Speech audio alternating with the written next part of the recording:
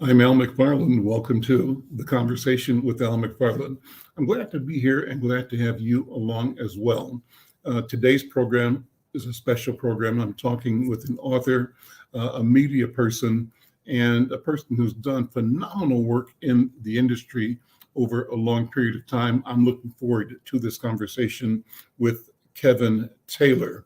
Kevin E. Taylor is a seasoned writer and producer for television. He's written 10 books, including 4 novels and 5 empowerment tomes, and his autobiography. He works in public health through LGBTQ services and development in Newark, New Jersey, and he is senior pastor of Unity Fellowship Church, Newark, where he is now bishop-elect with the nation's oldest affirming denomination in the LGBTQ African American community. He's a parent of an amazing son and a grandparent of 3. And he's currently working on Mama Please. That's his latest novel. So, Brother Kevin, Reverend Kevin, Pastor Kevin, good to see you. Welcome to the conversation. It'll be good to be your brother for this conversation. So there we go.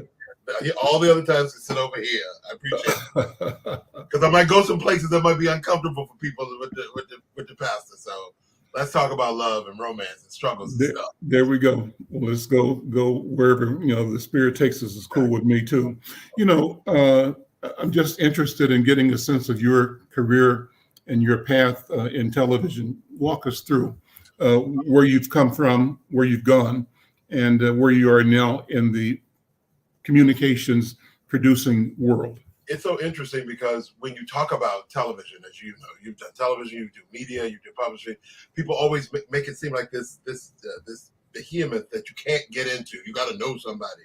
I came into BET as a temp after having worked in the DC government for 8.5 years, and just kind of got to that point where I was 26, and they were like, since I've been there since I was 17, I hit that roadblock where it was just kind of like, you're only going to make these small steps until you get about 35. And I was like, you mean sit still for the next decade and just be satisfied? And so I left, went to a temp agency. That temp agency sent me to a management firm, then to ABC News. And ABC News wanted to send me back to London to bring one of their correspondents back, because I had done my junior year of college in London. And I thought, oh my God, I get to go back to London and somebody else is dying. And literally, King, just as I was about to hang up the phone, Al, they said, oh, and there's also, the temp agency said, oh, and there's also a position available at BT. I'm sorry, wait, what? And so I was like, I'll take that. And so Monday I went into BET, and they always said on temp gigs, bring your resume. Tuesday, I sat down with the director of music programming, the wonderful Miss Lydia and Cole. She asked me in conversation, we interviewed for about 45 minutes. Then she asked me if I had any questions. I looked at her nameplate and said, yes, ma'am, I have one question. What does your middle initial stand for? She said, that's quite an odd question. I said, I know, but God said if your middle name is Natalie, then I'd be working for Lydia and Natalie Cole. And Natalie Cole's my favorite singer. And I'd be looking at the sign of whether or not I'm supposed to be here. And that's my sign. And she says, wow, you actually believe that? I said, I do indeed. She said, I am Lydia Natalie Cole. And that's what it was. Amazing. The funny thing is, when most women get married, their last name becomes their new middle initial. But she liked Natalie so much, she kept it. Yeah. And a year later, she, after being her assistant, I type 103 words a minute. I'm 25 at the time, but I'm an assistant. I've been in the government. So I've done a 125-page budget justification on a Saturday, and so she would ask for reports and stuff, and I'd have them done by 10, 11 o'clock. And she's like, I feel like I'm going to lose you because your brain moves so fast. What will it take to keep you? And I showed her the job description for the music researcher / record label liaison. And she said, oh, well, we haven't filled that position. This is 92 at the time. She said, we haven't filled that position because they were worried about payola. You get the videos in, you send the playlist out. But as your executive assistant, I do this anyway. She's like, well, why did nobody ever notice that? So she went to her boss and got me all the money I had lost in leaving the government coming there. I got it back. She went on maternity leave the next year. You asked about how I got into production. And a woman by the name of Cindy Mahmood, now Cindy Lee, she was a new senior vice president of entertainment and programming. And, first she was told you can't work, you're not going to be able to trust Kevin because he was so loyal to Lydia. I gave her all of my boss's numbers and was like, I'm loyal to people, period. Mm-hmm. Here are all my boss's whole numbers that I still have. And so that woman says, I'm going to like you. And then along came an opportunity to do an interview, and this is 93 now, with Natalie Cole, because she hadn't been able to interview with BET because Natalie released Unforgettable on Sunday, and on Father's Day, she was on the road. There, anybody that did interviews with her basically had to join her, but she really hit the road. And so coming back, she's like, I owe BET an interview. And she said, go home and write questions for Natalie Cole. And I was like, oh my God, oh my God, oh my God. And so the next day, she goes, Natalie Cole was the first Black artist to win Best New Artist. Natalie Cole speaks German. Natalie Cole, was going to be a doctor. Oh, she says, I've decided who's doing the interview. And, we're old enough. I was like, Natalie Cole and Donnie Simpson going to be beautiful television. She said, you. And I was like, oh my God, for what? She said, I don't know. I said, for what show? She said, I don't know. Create it. And I created a show called Lyrically Speaking. Huh? I walked in the room and Natalie kissed me thinking like, oh, my fan is here. She's like, I'm doing an interview. And I said, me. She said, oh, hell no. And I was like, uh-oh, there it is. I've been at BET 3 years. Here comes imposter syndrome. And she saw it on my face. And she said, no, baby. You know more. You have forgotten more about me than I'll remember. I said, oh, no, I'm fine. I'll walk you through there. And she said, walk me. Did y'all hear what he said? And so literally, I did the interview with Natalie Cole for a show that I created called Lyrically Speaking. Natalie hit the air when Luther's Songs album came out. Luther said, I want to do that show. Luther begat Anita Baker. Anita Baker begat Lena Horne. Lena Horne, I did Patti LaBelle and Stevie Wonder in the same week. Everything connected, everything linked. And then Tina Turner, and I went to Germany with her team to see her in concert, and then we interviewed in Copenhagen, Denmark. And then there I've done Diana Ross and, young artists like Brandy and DMX and B2K and Tony, worked with Tony Braxton, literally helped to put Maxwell's name on the map because it couldn't, that 96 window when Neo Soul first came in, they really were having problems trying to get him out there. So they were trying to put him on a college tour. And one of the entertainment producers was playing Urban Hang Suite. Now, I was at my desk like, what is that? He was like, want to listen to it? Okay, went back to my desk and I drove people insane. I was like, this is the greatest thing I've heard in so long. I called the label and said, are there any videos? And they're like, sure. First I asked for a copy of the album. Then, then I said, wait, are there any videos? And, we started playing Till the Cop Comes Knocking in top 20 when Maxwell hadn't even broken the top 70 yet.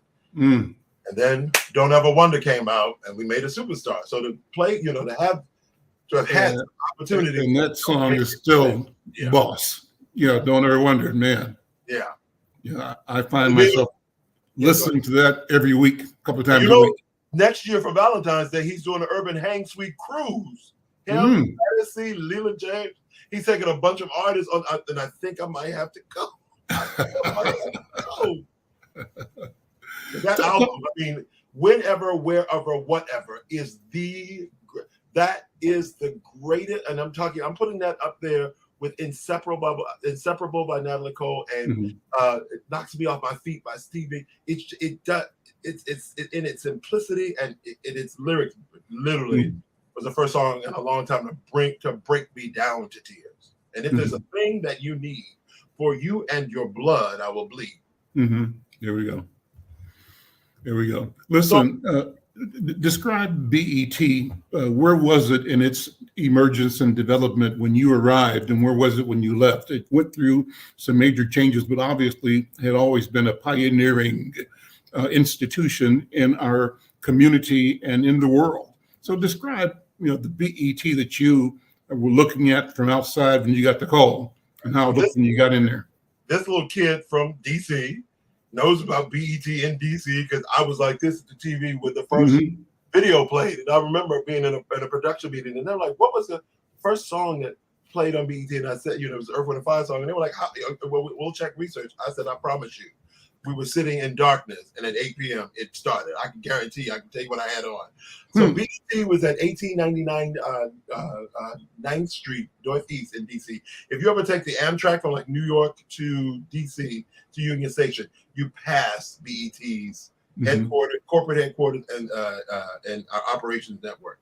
At the time, so this is 91. BET was across from the main post office. It was one of those, one of those things kind of off in the industrial area of DC, New York Avenue, off New York Avenue.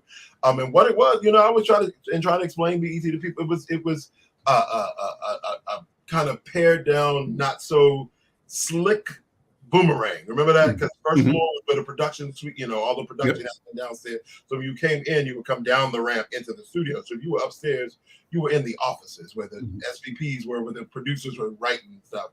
And BET at the time, because we were such a monolith and such a titan for people. People in our industry literally only came to DC for BET.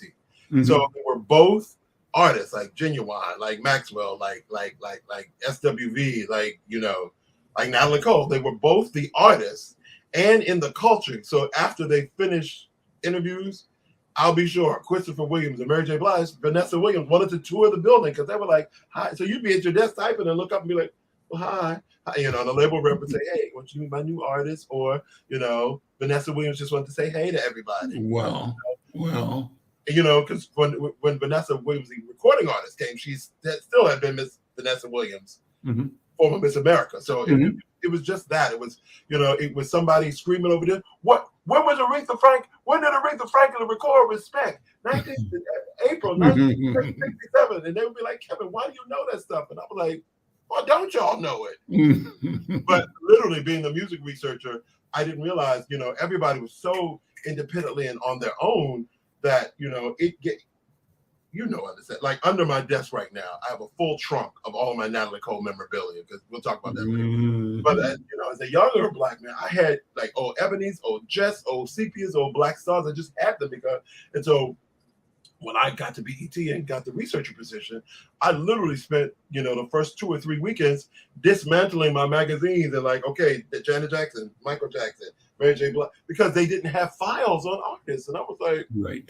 I don't need these magazines sitting in a dentist's office or somewhere else when they could be of service to the community. And so it was just that though. People hollering over things and people touring the building, us engaging, and it was Friday afternoons we would sit kind of, so yeah, where we going to dinner? You know what I mean? Came a point when on every other Friday was payday, and those alternating Fridays in the summer they did a barbecue. So we would get off at 3 o'clock and I'll be outside with a catered lunch. It was just what was the business of BET like at the time when you came in there? Still innovative.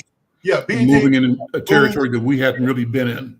At BET, by the time I got there, it had already been in like 55 million households. And in my tenure, we went from 55 to 100. I matriculated from DC to New York, in 2000 to do that. So when I left BET formally, I was a senior supervising producer of series and specials. And so I came to help, to help establish the space, help them with the final, because when I got there, Free had already been hired, and we were doing the last candidates for her co-star. We had kind of a DJ from Houston, New York model, and then this kind of promoter dude. And the model just didn't do well. The DJ was fighting with her, trying to get, because he was almost her size. He was fighting with her for airspace. So I went to this other guy and I was like, I want you to be her ex-boyfriend. Y'all are still cool. You're still hanging in the same social circles. There's nothing but love. And, but you're just not together anymore. So when AJ was reading with him, he would hold on to her and bounced around her. And then when he finished one of the shoots, he picked her up and she screamed as they went off. And they were like, where did they get this chemistry? And I'm like, I could see it in them. And so, and then so when we did 106 in Park, if we want to talk about that later, 106 in Park was a completely different, because we're in New York now. We would be in New York, and people don't believe that those surprise appearances, like Jennifer Lopez came by once, Bobby and Whitney, Brandy, that when they came by, they literally had come to do something else and be like, no, before I leave here, I'm by BET because 106 in Park is on. But 106 was Donnie already gone at that time? Oh yeah. So let's roll back. Donnie had done 85 to 95, 80 to 90. Okay. Yeah, and then and Ed Gordon and Donnie kind of the same genre. Right. Ed lasted a little longer. Ed got taken by CNN, And Donnie, one of the things that I'm very proud of, Al, is kind of Donnie's tenure with Video Soul just ended. And I was like, damn, we're not going to do any kind of surprise, any kind of celebration of this flagship show. Because I'll say this, one of the first things that happened when I got to BET in March of 91, I was like, we were in a meeting. I was like, what are we doing for Black Music Month? And they were like, we are Black music. We don't usually stop. And so I was like, oh, no, we got to do something. They were like, got any ideas? And I was like, let's do Diva Week. Because I remember seeing Ed Bradley do a profile with Lena Horne on 60 Minutes. And she got this long, 20-minute piece, and I thought it was really cool. But then somebody like a Barbara Streisand got the whole show on something else. I was like, no, how Barbara Streisand get a whole show, but not Lena Horne. And so when I in my little self, when I came up with Diva Week, I was like, I'd like to see each of those Black women who are the heart and soul of Black music get their flowers. So we brought them on, gave them flowers, and then did a whole hour of just them. And we've done some lengthy interviews before, but to do the whole hour, so we had Patty, Gladys, Shaka, Diana Ross, which is a very big deal. Oh boy! And then I had to have a debate with my boss about Phyllis Hyman. I was like, what? And so luckily Phyllis was in concert. She and her husband and I went to see Phyllis Hyman, and she came through the smoke with "Living All Alone" and whistled during she came through the smoke through "What You Won't Do for Love," and then whistled the bridge of "Living All Alone," and I screamed out, "Call the birds home!" Because she whispered like an instrument, and my boss leaned over and said, "Go backstage and book her, please." And so being able to do those moments, and it's like Donnie was a part of all of those. Janet Jackson coming by the surprise, and Diana Ross, coming for that time, and then she, when she came that time, Diana Ross for Diva Week came in a black, one piece and a sweater, and her hair was flat. She went across the street to McDonald's to get her kids lunch because we did fancy food for her. And she's like, "The kids saw the McDonald's. They don't want anything else." And I had to run over like security because she was just gonna go over by herself. And I was like, "What's wrong? You're not going to the McDonald's by yourself." So we did all of that, and then Donnie gets nothing. So at the end of the millennium, Stephen Hill from MTV is now our president of music, and Stephen says, "Look, I want to do something big." And so we notarized the top 100 videos of the 20th century, and literally all day from 11 to 11 on New Year's Day down. The hardest shoot to date, and I've done some serious shoots, the hardest shoot in my life to date, because what Stephen had wanted was take the 12 talent and give somebody hour 1, hour 2, hour 3, hour 4. And all I could think of, especially when I watched like an MTV, all I could think of, but if you have one talent that somebody doesn't like, they turn the channel. And if you lose them, they may never come back. So the breakneck pace of, I remember this having to be at work for 3 days in a row doing the format for the show, because it was literally, Rachel pitched to 100, and then when you come out of it, it's Sherry Carter who pitches to Hits in the Street, who pitches to the video. You come out of it, there's Big Tigger, and it was like, how do I Soul Train Scramble Board this? So like when we got to video number 25 or 29, it was "The Boy Is Mine" by Brandy and Monica, and each of the women said, Cedar, remember? Cedar's World, the animated character was there, and so somebody would say, "The boy is mine," and then Sherry would say, "No, the boy is mine." And Lazarus Show would say, "No, the boy is mine." And then Cedar would go, all y'all can shut up, the boy is mine. So I had to coordinate all 5 of those women, Melanda from BET Next. So it was the most exhausting thing I've ever done. And so it was because people were going crazy. They were like, "What the hell is this?" Because every time they turned on 2, 3, in any hour, all 12 talent were on the air. And 2 things were our commercial campaign. One was tune in for the top 100 videos of all time. And Thriller is not number 1. And people were like, what?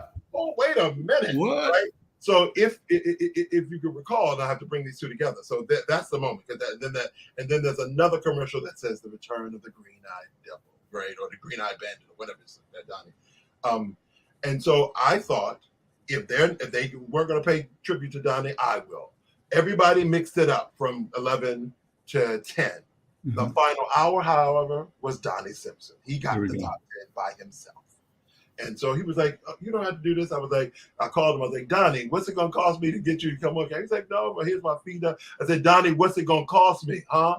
What you mean? Oh, I got to double your fee? What you mean? I got to reach out to your favorite tailor, Edward Hall, and get you a custom suit? What he said, Kevin, I'm not saying it. Okay, whatever it is you want, Daddy. And then I when he came in and we did a promo of him kissing babies and people fainting, just because it was like giving him. I love your style. That was brilliant. That's how you do it. But I'm gonna give Stephen Hill this, right? When Stephen Hill came to me and said the #1 video is not Thriller, he sat with me, and I was just kind of like, "This, I will honor Stephen Hill as Black man and innovative thinker to this day." He just told me what it was. He said, "You make it work." So Donnie Simpson comes on after Thriller and says, "We'll be back with the #1 video of the 20th century." He comes back and says, "The #1 video of the 20th century is not a music video." And then we go. Then I bring all the talent in. It's a moment captured in time, and all the talent come in. And then Donnie Simpson comes back. Oh, I'm about to cry over this. I'm just proud of it. He says, "So, ladies and gentlemen, the #1 moment captured on video is the Reverend Dr. Martin Luther King's 'I Have a Dream' speech in its entirety. Happy New Year." And Donnie and people calling us, telling us they stopped parties at 11 o'clock. And turn the TV up because you always get "I have a dream," but one day you get about 30-40 seconds of it. 8 minutes and 26 seconds of Donnie's of the Reverend Dr. Martin Luther King's entire "I Have a Dream" speech gave BET its highest day of ratings ever. Wow, amazing! The whole day, because we just mixed it up, but to climax it like that, and people were just kind of like, "I don't understand how y'all did that." And we ran it. It was so the ratings were so instantly high that we ran it again the next day. And that connected everything in ways that because we want to separate entertainment and music from the movement sometimes, which we can't and we should not. But this brought it all together and said, "Here is the analytics." Yeah. Right. And the beauty of that moment, brother, is that you said we talked about bringing it together. When you look on that stage, there's Harry Belafonte, there's Lena Horne, there's Mahalia Jackson, music, Aretha Franklin. Every chance, Dr. King needed her, left tour to join him. So we were all. It's always been that. And so Stephen, he gave me the space to weave it together brilliantly. But the video did it for itself. Amazing. Let's talk about Kevin E. Taylor as a 5-year-old, as a 4-year-old. When you came into the world and were aware that you existed as a human being, what was the world like? And what were you thinking and dreaming and learning and knowing and becoming as a child? I have, since I have been called to speak in public space, I have started speeches. I was born a fat, Black, asthmatic, gay nerd in the projects of Southwest DC. And I thought about every one of those things every day of my childhood. What's interesting in a lot of spaces, Brother Al, is that a lot of people, when you say gay, think, yeah, but the church and all of that, try being smart in the hood. Try being fat in the hood, right? They both came with their own kind of torturous bullying moments that, that gave birth to rage that I had to get under control, because that little boy spoke differently. When I was 7, 8, I think it's somewhere around there. No, it's later than that. I can't. Yeah, it was 9, 10. I found a dictionary in the trash, and I was a nerd. I liked being in the museums. I liked being in the library. So I found Mama had me take the trash out. I found a little Webster dictionary and just took it home. And I would learn a new word every day. But Lord Kevin would use them. So my brothers acted. I was like, y'all, stop being so recalcitrant. My mother's like, I don't know what that word means, but I don't like it. And I'm 10 years old. I remember saying to my pastor when I was growing up, I was like, I like the way you talk about God. You just make God feel so ubiquitous, like God is everywhere. And he was like, on the tail. And so that kid was doing that. I don't know if you know anything about. I as far as I know, it's kind of DC and New Orleans have the same reputation. It was DC was humid in the summers in a way that you used to say the summers in DC's were like breathing down the mouth of a dog. And so oftentimes, because of my asthma, my brothers would go outside. I was one of 8. I found out later, because the first child died and we didn't know about it. So you said I was one of 7, and the oldest was a girl. So these 6 boys, and these 4 lived in the house because these 2 were, there's a 10-year gap between Gary and Ray. Yeah. So it was Gary, David, and Douglas, and they would run outside and like literally come in drenched. you can't go outside today. And I'd be like, oh man, just because it would be that muggy. And so I stayed in and watched television. And oddly enough, in some of those downtimes when it was just news, I would turn the TV off and interview people on my mama's couch. And so, oddly enough, and you get this as it relates to those kind of moments. My most frequent guest was my favorite singer, Natalie Cole. And so I would often welcome her to the show. So it's only God that my first interview as a professional producer was Natalie Cole. But, that kid stayed in a lot. He was isolated, insulated, learning that I had a gift because those times when you do homework, and mess up the curve because nobody else had done it because some big thing happened on last night, like the Super Bowl. I was like, but we still had this assignment due Monday. And everybody's like, we forgot. And I was like, I ain't forget. And I watched the Super Bowl. So it was just always fighting against the intersectionality of being fat, being black, being a nerd, being, and the being gay was just what I knew. It wasn't anything I'd acted on. My mother asked me when I was 13 if I would ever get married. And I told her, yes, ma'am, when they make it legal. For the longest time, I tried to remember why that came up. But Anita Bryant, who was a former Miss USA, was down in Florida way back in the 70s. Like gays are trying to adopt kids, stop them. And so I was reading an article about that. And so when my mother asked me, I was just saying, yeah, as soon as they make it legal. So that was just kind of a construct. The fat I knew, the nerd I knew, gay was something I didn't know yet. And my gay didn't happen until around 15. I stopped being as excited about church as I had been. My mother was a very ardent churchgoer, and a couple of Sundays she would leave early and be in the kitchen cooking, and then notice I wasn't there. And she's like, "Baby, what's wrong?" The pastor I grew up with, who talked about the unconditional love of God, that used to make me weep about God, and died. And this new dude was in. He was in there, high potentate rooms and hooping and hollering, and God don't like. And I hadn't heard God not liking anything. I turned God's unconditional love, and Mama said, "Well, come this Sunday, and if he says something, you can just leave." And this time, instead of being in the kitchen, she stayed upstairs with me. I was in the back, because she was up in the mother section. Yep. And he started one of them hooping, hollering in the homo section. My mother looked back and said, "Baby, bye, bye." Right?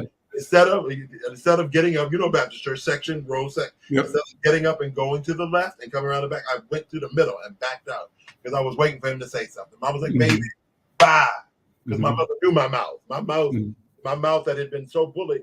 I was a big kid, and so I used my mouth as a weapon so that I didn't use my hands because at some point I was fighting with brothers inside the house, just over brothers who would we would stair steps, each of us, the four of us, we were 6, 8, 10, 12. We would just stair step, and so doing that and then fighting inside the hood. Now I got to come here and fight. So I learned to back people away from me with my words. Yeah, if I had to swing, somebody was going to, and somebody was going to.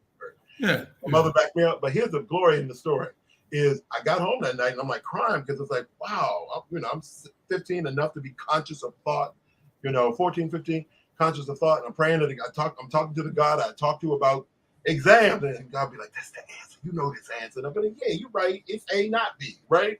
And so I was like, God, I thought we were cool. I haven't done anything yet. I know how I feel in my heart. I haven't done anything yet. So if what I'm feeling, if who I am is wrong, just take it. Take it. You can have it like, change me white in the morning. If you can uninstall that chip if that's what it is.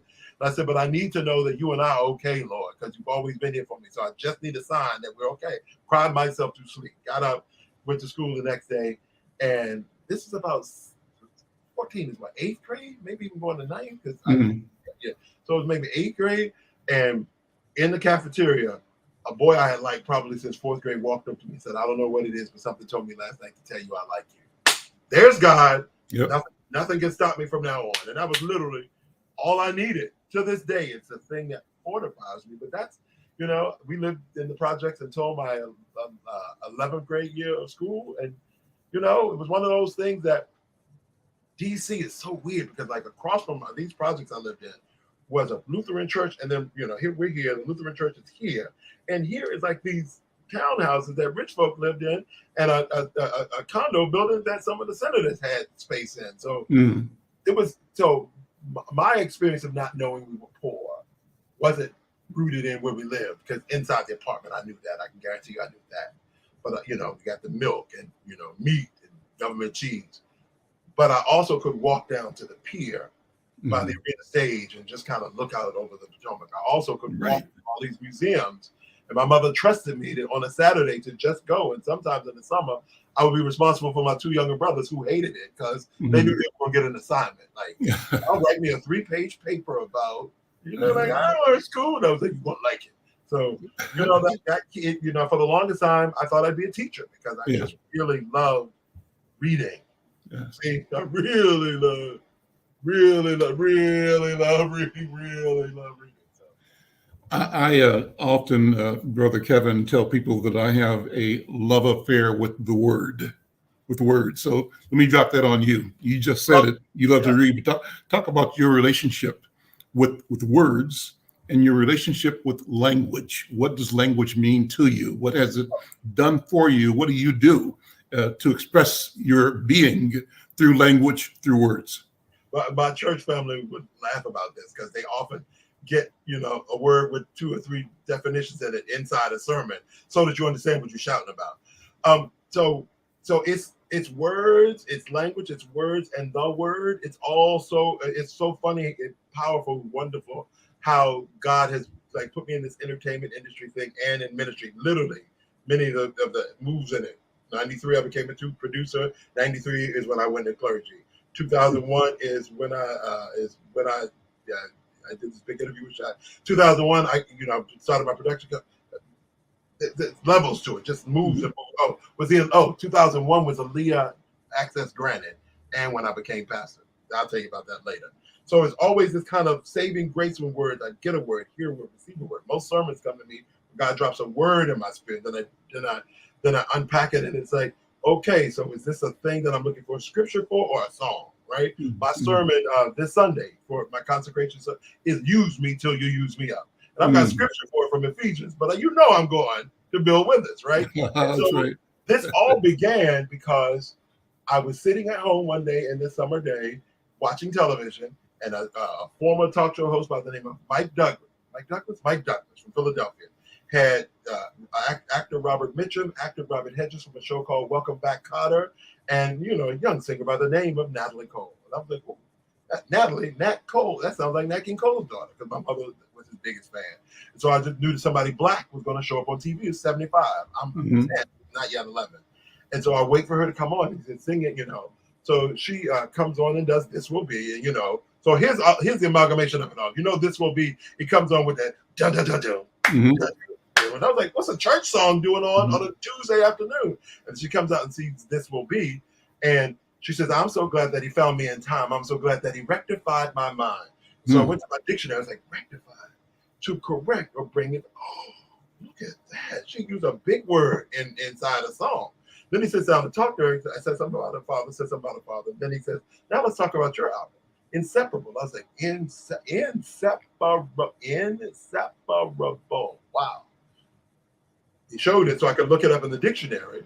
And then, I saw it in this book, but because I didn't know the word, I had no construct for it. Because to fix, rectify, I got that. To never ending unbreakable bond, I didn't get that, right? I'm 10. How do you use that in a sentence? Dun, dun, dun, dun, dun. Inseparable. When she said we're like a flower to a tree, like words to a melody of love. There's no way we could break up. There's no words that could make us blow our thing. We're just inseparable. I was in love with words in a way I couldn't explain, and in love with Natalie Cole in a way I couldn't explain. Natalie Cole became kind of a North Star. It's like, who is she? And going into the to the library, like to see into any articles on her, because she's a new singer. Here she is in magazine aisles, and so I'm reading interviews where she talked about her father, but she also talked about Ella and Sarah Vaughan and Frank Sinatra. And so I talked to my mother about that. And she let me hear that music, and so it just Natalie Cole broke my brain open, And so hearing her sing Inseparable, hearing Ella Fitzgerald sing Undecided, hearing Ella scat, words became this malleable clay, you know what I mean? To hear Ella sing songs and then just go into a whole scat for a minute. It's like, are these words? Is she speaking another language? What does this mean? So it's like my whole life since then I've been, it's like it's like seeing words float through the air like a butterfly. Like, Yeah. you know, it's a thing that shows up when I'm talking to people. They're like, "Did you just come up with that?" And I was like, "Yeah." I remember one time, and I'll say this to you, I was speaking at an event several years ago, and nobody had spoken to the theme. It was Brown, and it was somebody's birthday party, and they brought a bunch of my books and had me there because I was their partner's favorite author. But you know, he had his partner's favorite band, but nobody had spoken to the theme. So he asked me to say closing words, and I think they thought I was going to preach or pray. But this piece called Brown dropped on me. Brown, the color of my true love skin, brown like chocolate, brown like chocolate, a skin so sweet that every lick is diabetic. It's kinetic. It's connected. You know, and I finished, and I was, you know, like this almost. And then one of the women came up to me. She said, "Oh my God, baby, that was so beautiful. Do you have a copy of that?" And a sister from, you know, a good sister. She said, baby, I saw God downloading that into him. And it was the first time I was like, that's what it felt like, because it felt like it came fully formed. I just needed to let it go out my mouth. And they witnessed it. She witnessed it in front of people. Yeah. That close. It was almost, I don't know what it was, because, you know, in spirit, people break out and go to God. That was just them for me. And they was like, there was artists like, and they were like, what's that? I was like,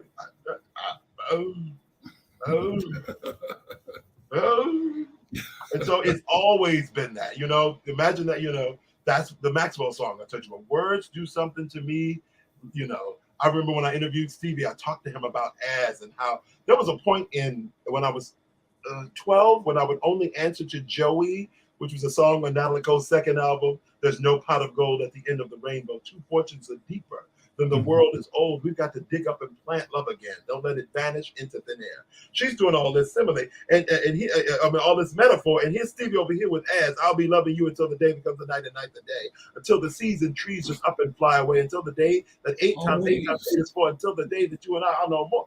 Ain't that loving you? Those two songs in my little 11 to 12-year-old brain gave me permission to let all the words in that dictionary out of my mouth. Yeah. So the same boys who wanted to fight will come and say, "I need your help with this English paper. I don't understand this stuff. You going to the library? I'm coming with you." Because it became this kind of, I didn't care anymore. Right. Yeah. You walked in the gift. You embraced it and lived it and walked in it and let it be. Let it be. There it is. Yeah. Speaking words of wisdom. Let it be.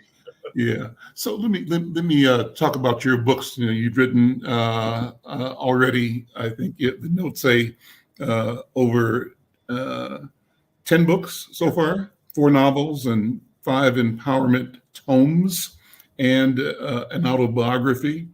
One of the note questions I have is, what's your inspiration for writing about Black SGL romance? And I asked you before we started, what does SGL mean? And we talked about same gender love romance. So let's talk about that. How do you experience or come to or emerge as a voice, presenting voice in same gender love romance writing? So my first book was one of those empowerment tomes.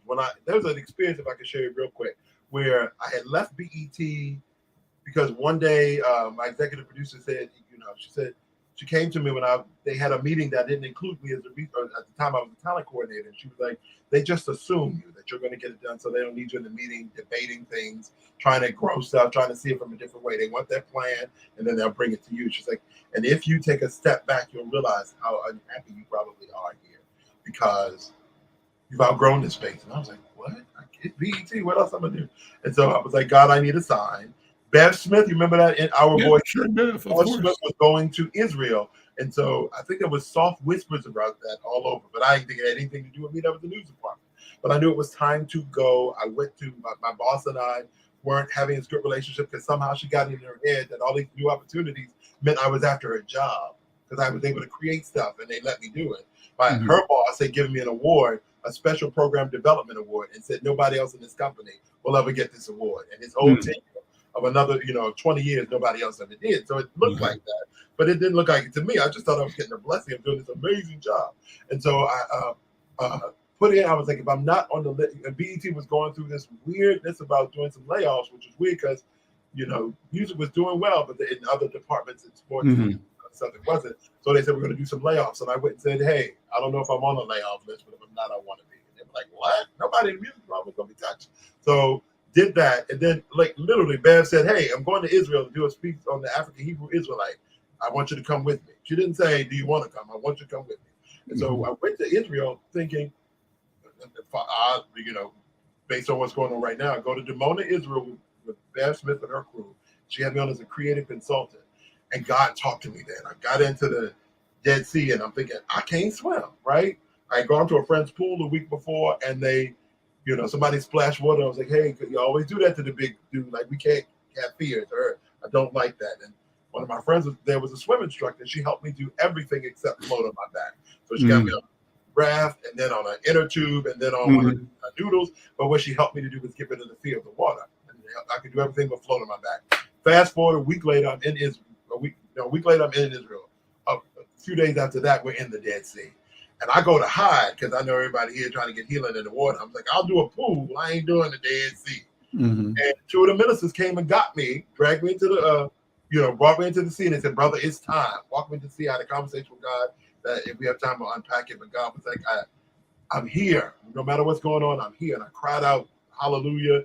And I'm floating. They let me go because first my feet pop up. Then I go. And they just let me drift into the Dead Sea and let me stay there for a while. I'm crying hallelujah. People are chanting it on the beach.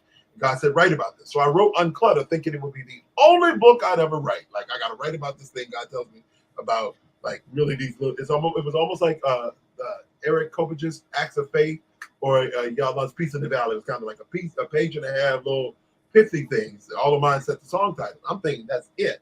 That's it. Now let me go back to Pastor. And probably 2005, a friend of mine, an author by the name of L.M. Ross, wrote a book called A Long Blue Moon by L.M. Ross. My friend Michael Gibson, who always recommends books. We have 5-hour conversation about music, arts, news. We're probably going to talk about this 5 hours.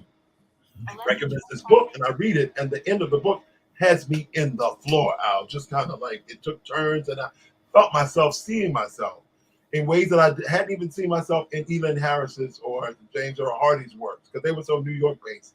This was too, but between the three of them, I think he was the end of the trifecta that I needed to unleash this thing in me, the Father, the Parent, and the Holy Ghost.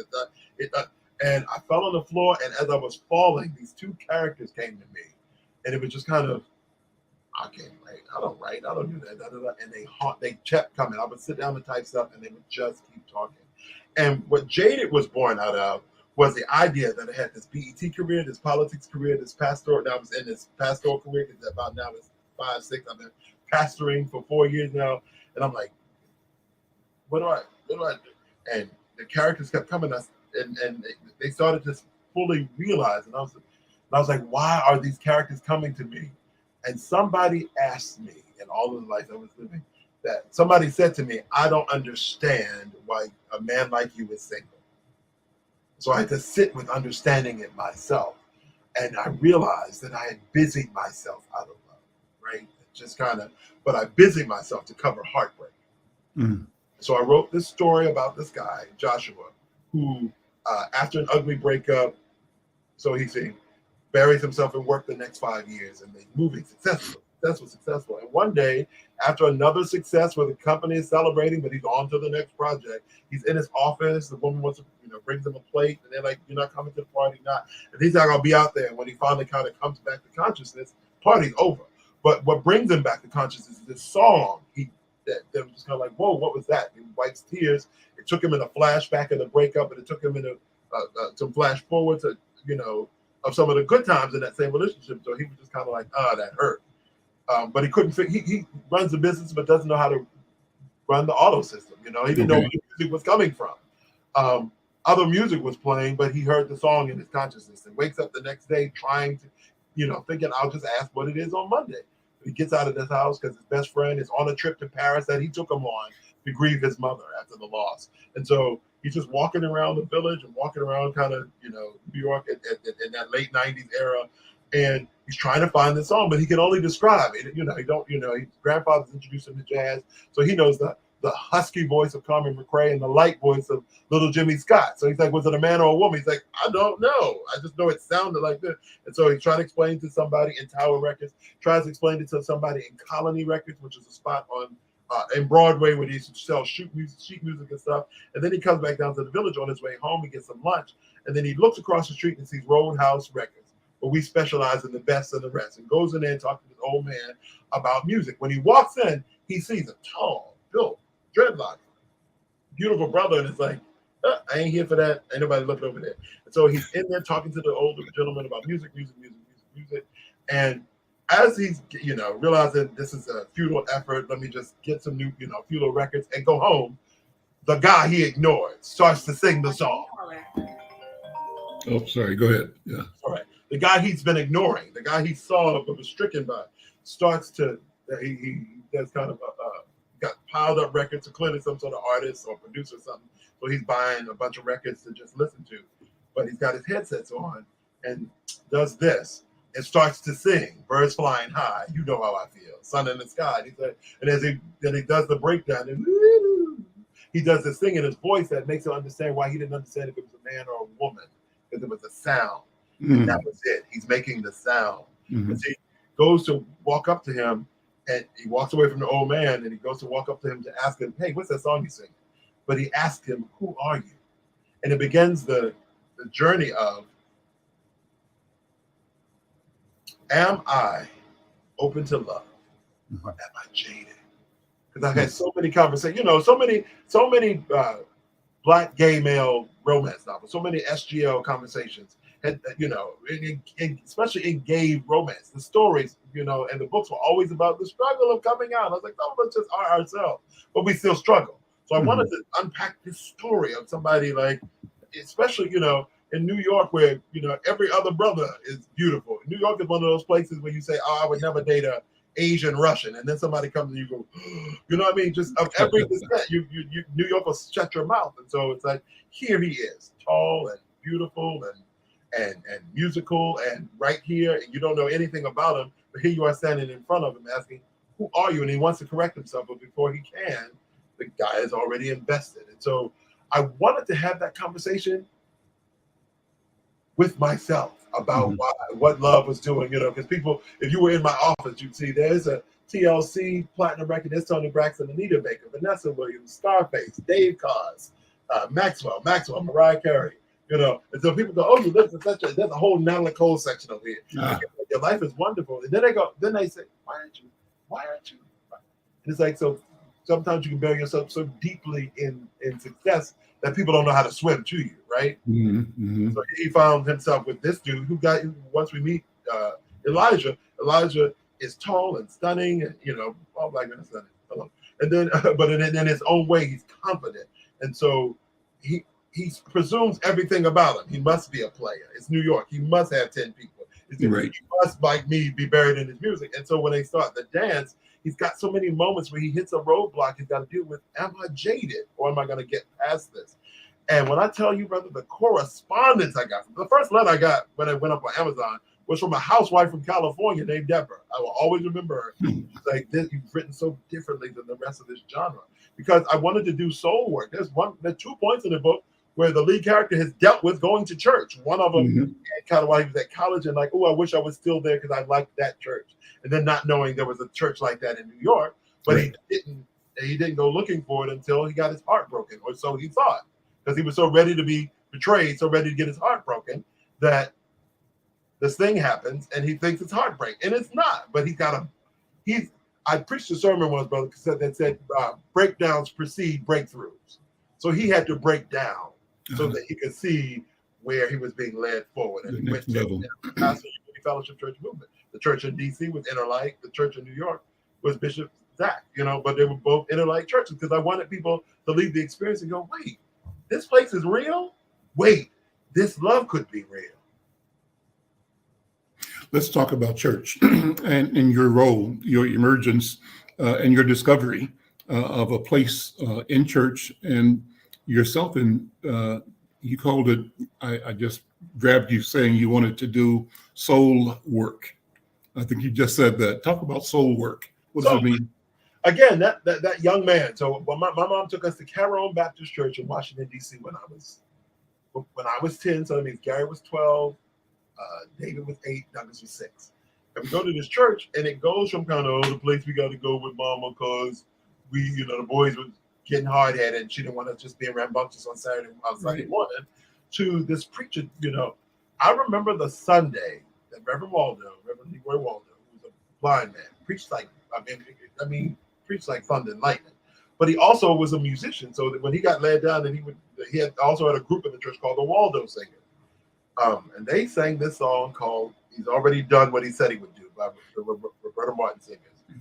And I watched this rather dignified, stunning, light-skinned black woman with salt and hers wasn't salt and pepper because her natural hair was blonde. So, gold and silver hair. I used to say on dot hair. She was really dignified. She would kiss on both. She would kiss you on the cheek, "Hi, baby," but she wasn't, big mama. She wasn't.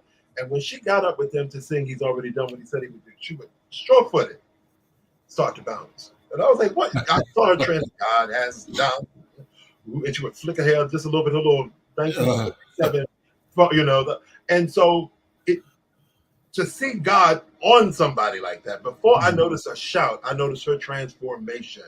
I watched it. You witnessed it. And I called him. He heard me, and he gave me peace of mind. He's my shepherd and my God, and it goes with me all the time. I don't worry. I don't fret, for God has never failed me yet. I keep on trusting. His word is true. He's already done what he said he would do. To this day, as senior pastor of Unity Fellowship Church, New Ark, we close every prayer. That is why, without one doubt, while we scream and we shout, that we keep on trusting. For your word is true. You've already done what you said you would do. And every once in a while, like once a year, my birthday or anniversary, the choir breaks out that song, and it wipes me out every time. Because to see, when I talk about soul work, and this is, I don't know if I've ever said this before, like, to see God land on somebody. I've been in churches and seen somebody like shouting and looking at me like, the lesbian woman, like, I didn't know this until they come and running and they looking like, what's happening to me? You can see it inside show up on the outside. And so this dance of the word, this dance of listening to a song and hear the lyrics, so people, I wonder what caught me with Natalie and why I fell so deeply in love with Natalie Cole until I remember that the Reverend Marvin Yancey wrote, "This will be an everlasting love. Yeah. This will be the one I've waited for. This will be the first time anyone has loved me. I'm so glad you found me in time. And I'm so glad that you rectified my mind." I was like, wait a minute. That's why black people thought that was a church song. It is. It could be if we would let it, right? And so I started grabbing. So we used to call it transfiguration in my church. Where we would grab songs and I'd be like, instead of, "Move, devil, get out the way." And I'm like, who says that? Ludicrous. Isn't that a ludicrous statement to make? It's ludicrous to say, "Move, get out my way." But if we mean power, then we mean power. If we mean nothing shall be able to separate you from the love of God, we got to say that. And sometimes you can't find that. I have to stop people from reading King James. I'm like, stop read this because you think it's the holiest version. Jesus didn't speak English. This is Shakespeare. That's right. So get a version you can understand. Yep. Oh my God. Being in rooms, brother, where we're in Bible study, we read for the first time Eve eats from the forbidden tree of fruit of the tree, and then gives some to the man who was with her. And women were like, "What do you mean? Adam was there? I've never heard that." That's like, well, why'd you never read it? Because why would you want to read your own condemnation? So to preach Sodom and Gomorrah to a room full of same gender loving, previously church bruised folk, and it's like we're going to the story of Sodom and Gomorrah. And they're like, "Pastor, no, you're not. You've got to. But you got to take it back. You got to see what's going on in here." And if you don't understand that they call in Sodom and Gomorrah the place where all the gays were, but Lot offered his daughters to these gays, then you don't understand what it means to offer steak to vegans. I never thought. And so it's been a lifetime of ministry that included people saying, "I never thought about it like that." Some cases I hadn't either. God had to drop it on my spirit. God, let me tell you something real quick. God dropped in my spirit this sermon that I printed out. My son, my now adopted son, is holding it in his hand. He's read it. He wasn't reading for the life. I don't know why I wouldn't read. And so that guy was like, that's cute. You get ready to preach something else. And I remember preaching this sermon about nevertheless. The circumstance doesn't look like what it should. The moment doesn't look like what it should. The sequence of events doesn't look like what they should, but nevertheless. And so I'm preaching out of my mouth. Can you hear me out? I'm preaching out of my mouth while God is talking in my ear and not about what I'm preaching. God said, look at that boy. And I was like, okay, I'm preaching. I'm literally like, I'm busy here. He got, look at that boy. And I said, what's happening? What's happening? What's happening? And God said, when did I give him to you? And I was like, I don't. When did you ask me for that boy? I was like, I don't know. I remember the Saturday I came in choir rehearsal, and you're still preaching, you're talking, and having this other conversation. God in my head, and talking to the people. And I'm saying to God in this head conversation. I remember the day I first saw him. I remember the first day we first met. I remember his mother's partner saying, or saying he needs you. He needs a father figure. I'm like, well, we're his siblings because he had a brother and sister who were from her marriage. He was not. I was like, well, he don't need to be with y'all on the Saturday. I was like, I'm going to the movies. Any Saturday he don't want to be with y'all or y'all need a break, he can come with me. I'm going to movies. You be safe. So that was Memorial Day weekend, 4th of July weekend. They call and say, hey, we want to go to a picnic. The kids are with their father. Can G stay with you? Sure. We go to the movie, and we do that for the rest of the summer. He's calling, I was like, it's weird to be walking around the mall with him calling me pastor. I was like, so just call me Dadster. It felt like mine, right? And so I'm thinking, is that it? Is that what you're talking about, God? And that led to his adoption. Over here, God says, tell me when you asked me for the boy. And I'm like, I didn't ask you for him then because it's like, mama popping you in the behind while I'm preaching. Nevertheless, it doesn't make any sense. Nevertheless. So God's trying to give me the greatest example of this for me.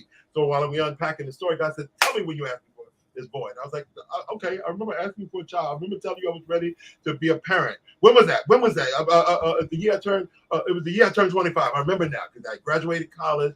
I still have a good government job. I was making good money because we look like we from an era where if you made your age as your salary, we good. So I was, for Christmas, that's when I got to be a little bougie. I would go to the department store, buy my family's gifts, take them to the gift wrapping section because it was free, get them gift wrap, sit in the restaurant and have a meal with myself, and then get a cab home with my gift wrap bag. It felt very black. It felt very, very, very talented. Very much negrosity, That's right.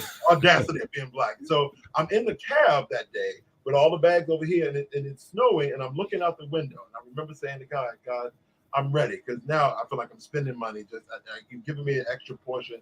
It would be nice to pass it on. I'm from a big family. I got nieces and nephews. I got cousins, and it's just like I'm from a big family. So I know I'm not going to have a family. So if he comes with kids or some lesbian couple asks me to do whatever it is you're going to put in my space to bring the child that you would have me parent, I am ready. And I am preaching. Nevertheless, God is doing things with it. Makes no sense. And God says to me, when did you pray that prayer? I was like, it was the year I turned 25. I remember that because 25 was the first significant birthday. 21, I turned in London. And, 18 didn't matter. 21, I turned in London without family. 25, here I was in my city, in my world. It was a big deal. And God said, come on, boy. Come on. When was it? I was like, it was the year I turned 25. God said, what day was that? I don't know. While I'm preaching, so it gets harder and harder and harder. Like it's hot and hot. What day was it? God said, what day was that? It was the year. Oh my God, it was Christmas Eve because we had a budget due, so I couldn't go shopping till the last minute. God said, then what day was that? It was Christmas Eve. What day was that? It was, oh my God, it was December 24th, 1989. My son's birthday, December 24th.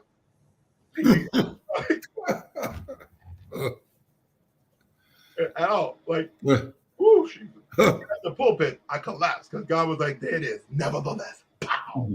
And I'm in full preach, and God went, pow. There it is. I said everything they needed to hear, then God needed to finish it, and I was out. Like his mother was out. He was saying it over to both of us, and I was like, dear. What a story, man. What an experience. Yeah, so that's when I think I know God to be real. Yeah. In that moment, you're going to get this. You're going to get this. Nevertheless, you want to talk about some nevertheless? Here we go. So. What's when you were out for a second, your chair, what kind of chair are you sitting on? That's interesting. What is that? Just, here, you mean here? Yeah. Just a chair. Yeah, it's one of those. It's one of those that I wanted a more comfortable chair. It's got a little lumbar thing in the back, so you can move Okay. back is there in the middle of your back. That's all. Okay. Look like a pilot seat or something like that. This is a gaming chair, everybody. Gaming chair, okay. So they can sit in these for hours. And so as a writer, it's good to have space where I can sit in it for hours. We got a cover, one of your covers, I think, Envy. Envy's the sequel to Jaded, yeah. Let's show that, and we got about a minute left. Talk about that in particular. So, in so many of these stories, James Earl Hardy, Elon Harris, there were sequels, and people came to me, what's the sequel? What's the sequel? What's the sequel? And I was like, I ain't gonna be no sequel. That was the story. And 5 years, almost to the date, the couple started to speak again.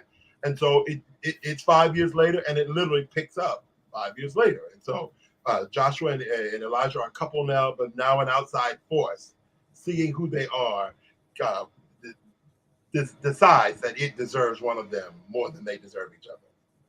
It tries to undermine their love, unbeknownst to them. Hello, somebody. It ain't nothing crazy than somebody being jealous of you and you don't even know it. So it becomes, so it's envy, the darkest shade of green. Because sometimes people don't know how to be happy, like happy for you, happy for love, happy for circumstances. I always say be very careful of people who don't know how to share your joy with you. Like when you do something, if you say, Brian, I got nominated for an Emmy, man, it's coming. NAACP award is coming. If you said that to me, I would be happy because if we had this conversation, God connected us for a reason. So something's getting ready to happen. So it's the unpacking of where Elijah's career is now. He was a producer and he's moved into being the artist now. Joshua's moving up and operating still his company. And I tried to do it with them both being successful and still dealing with struggle, because I think because we fantasize so much, we don't stop and give people tools to unpack struggles. And that's why I call it soul work, because I preached a sermon once called Struggle Up. You're going to struggle, but struggle up. Get up from the thing better than you fell down, because the enemy wants you to fall down in the exact same spot. Brother Kevin, we're out of time. Okay. What a wonderful conversation, but let's do it again. I'm loving this conversation. Anytime. We just touched the surface, I think, but I am so enjoying your testimony, your story. So I thank you, and I want to learn more. I enjoy I'm looking at you going, this dude, if he lived here, would be my friend. Look at our dog. Yeah. And that unpacks a different conversation. So anytime. All right. I'm here. Brother, thank you. Thank you, King. All right. I'm Al McFarlane. This is The Conversation with Al McFarlane. What a wonderful conversation with Brother Kevin E. Taylor. Tell you what, we'll get back together and continue this conversation. And we'll see you next time. Take care.